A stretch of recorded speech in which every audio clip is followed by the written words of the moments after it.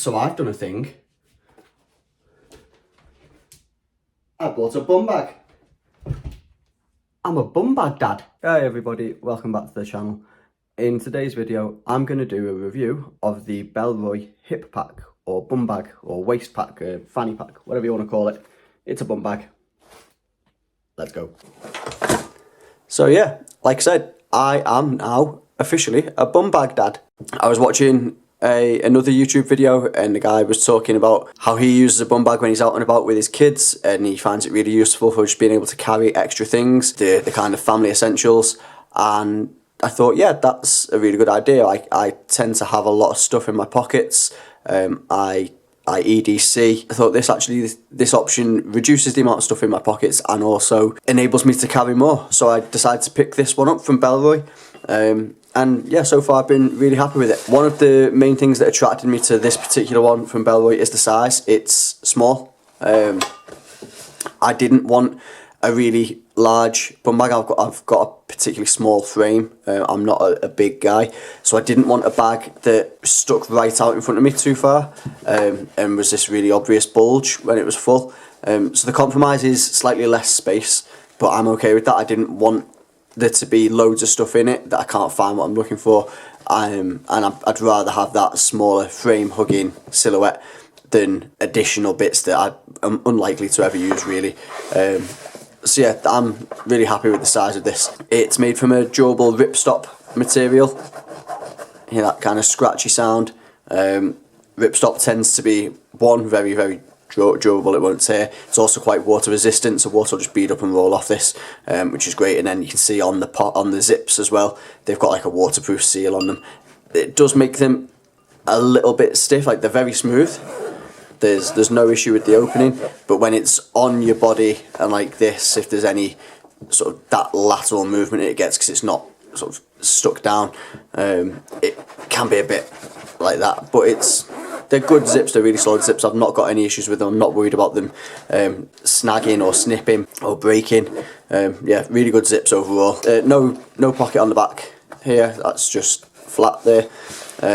Little extra hidden stash pocket there would be quite cool, but that would increase the overall size of the bag. Not essential, not the end of the world that I don't have it. The strap itself is like a seatbelt type material, so really durable. No issues there. Really long, loads of adjustability to it.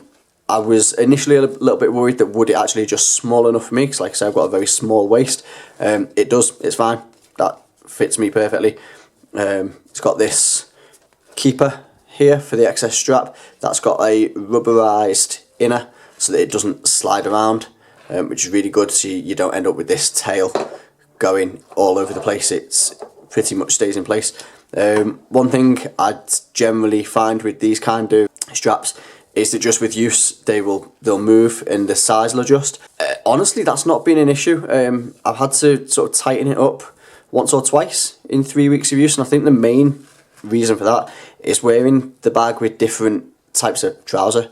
So whether I've got jeans on or whether I've got my tracksuits on, I think that causes the biggest issue, and change sort of just in the height that it carries, in changing the size rather than it being from walking around. So yeah, no issues with that. The buckle itself is magnetic. Oh, is it just me that loves magnets? As soon as someone says to me it's got a magnet in it, that's pretty much all I need to be convinced to spend some money on it. So yeah, you've got two little teeth here and two little holes there, so they just slot in, and then the magnet secures it, and it's not going anywhere. That's secure. I've seen a couple of people who said that when they've been walking around it's just come off. I can see how it might if you're really jiggling around, but you have to push it forward slightly because of the way these teeth work. They're slightly hooked, so if it pulls it just gets tighter until the plastic snaps, I guess. But yeah, it comes away very easily if you want it to, if you're deliberate about taking it off.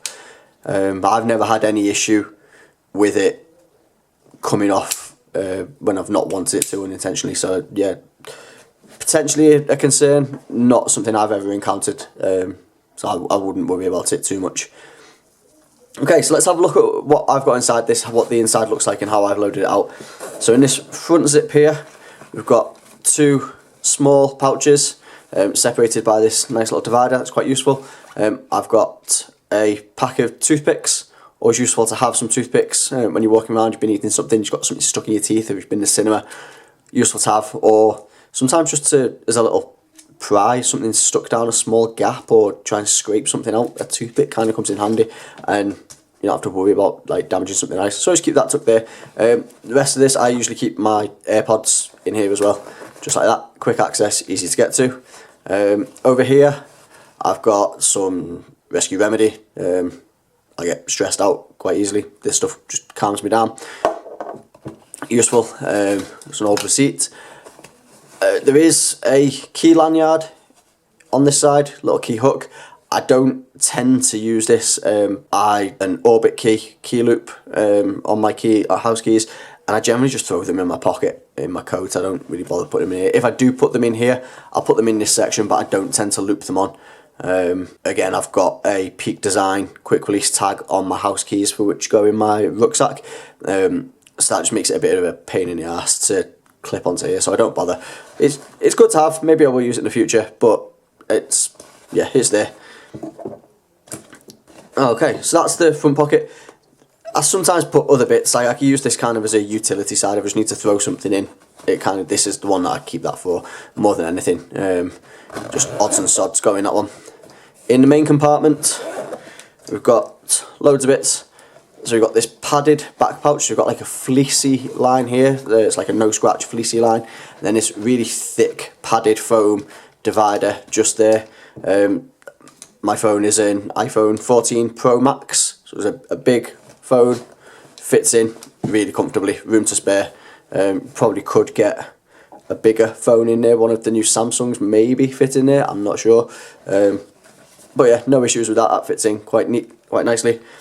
Over at the front here, there is a sort of elasticated stretch pocket.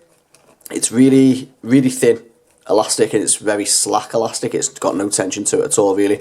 I think the idea is you keep a pair of sunglasses in here. I wouldn't do that personally. I'm always conscious that my sunglasses are just going to get crushed. If I don't put my sunglasses in the glasses case, they're going to get crushed. They're going to get broken.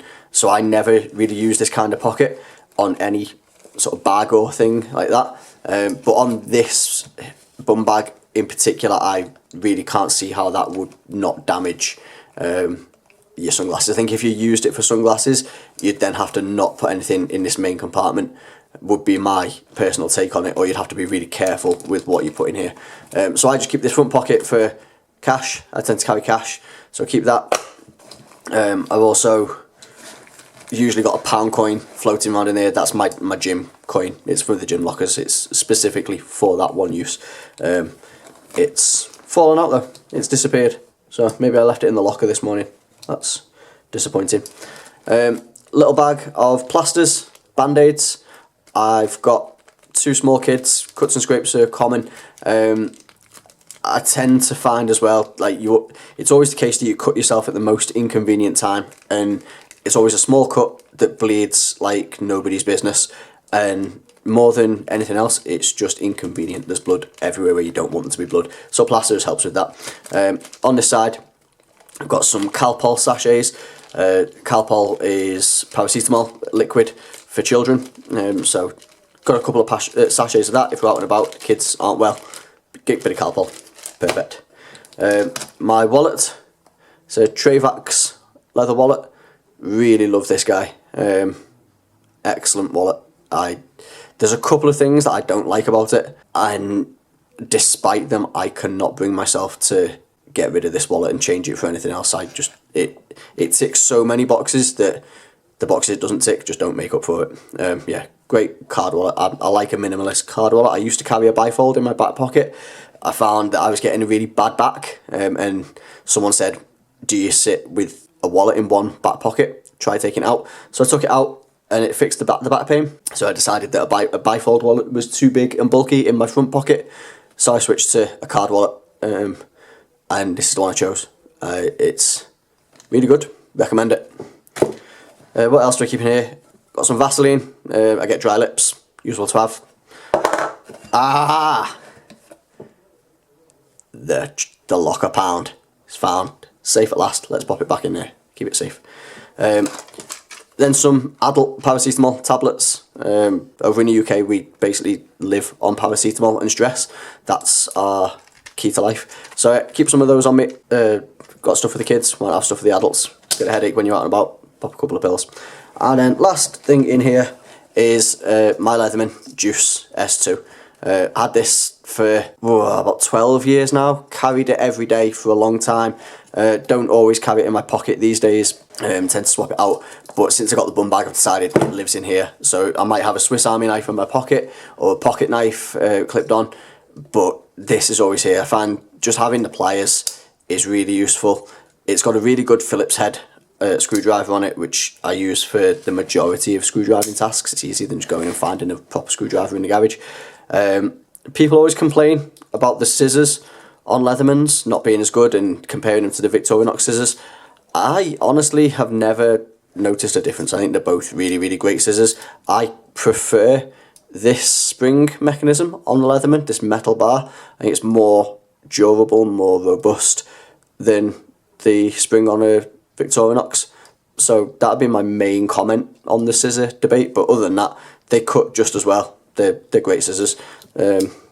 Yeah, recommend this if you're looking for a pocket-sized multi-tool. Bit heavy because it's all metal and it's got lots of stuff on it, but it's really, really useful. We've took apart wardrobes just with this, built furniture, all sorts. Great to have. So yeah, that's everything. So let's load it back up and I'll show you what it looks like when it's on and get an idea of the actual sort of wearability and size of the bum bag. Okay, so there it is on. It sits nice and secure around the hips. Doesn't stick out too far. Really manageable, really easy to get into. There's that snagging I've talked about sometimes when it's on. And just sometimes as the bag crushes as you're pulling it, it sometimes just sticks a bit, has to lift up a bit and pull. But yeah, sticks on, nice and secure, low profile, can cover it up. And yeah, really happy with it. Definitely a convert to bum bags. Okay, so there you have it. That's my first review video of the Bellroy waist pack or bum bag, because let's be honest, it's called a bum bag. Let me know what you think in the comments. Thank you for joining me. Please like and subscribe. And yeah, these videos are becoming less and less grumpy. Maybe I'm not so grumpy, Dad. Life. Leave you with that one. Out.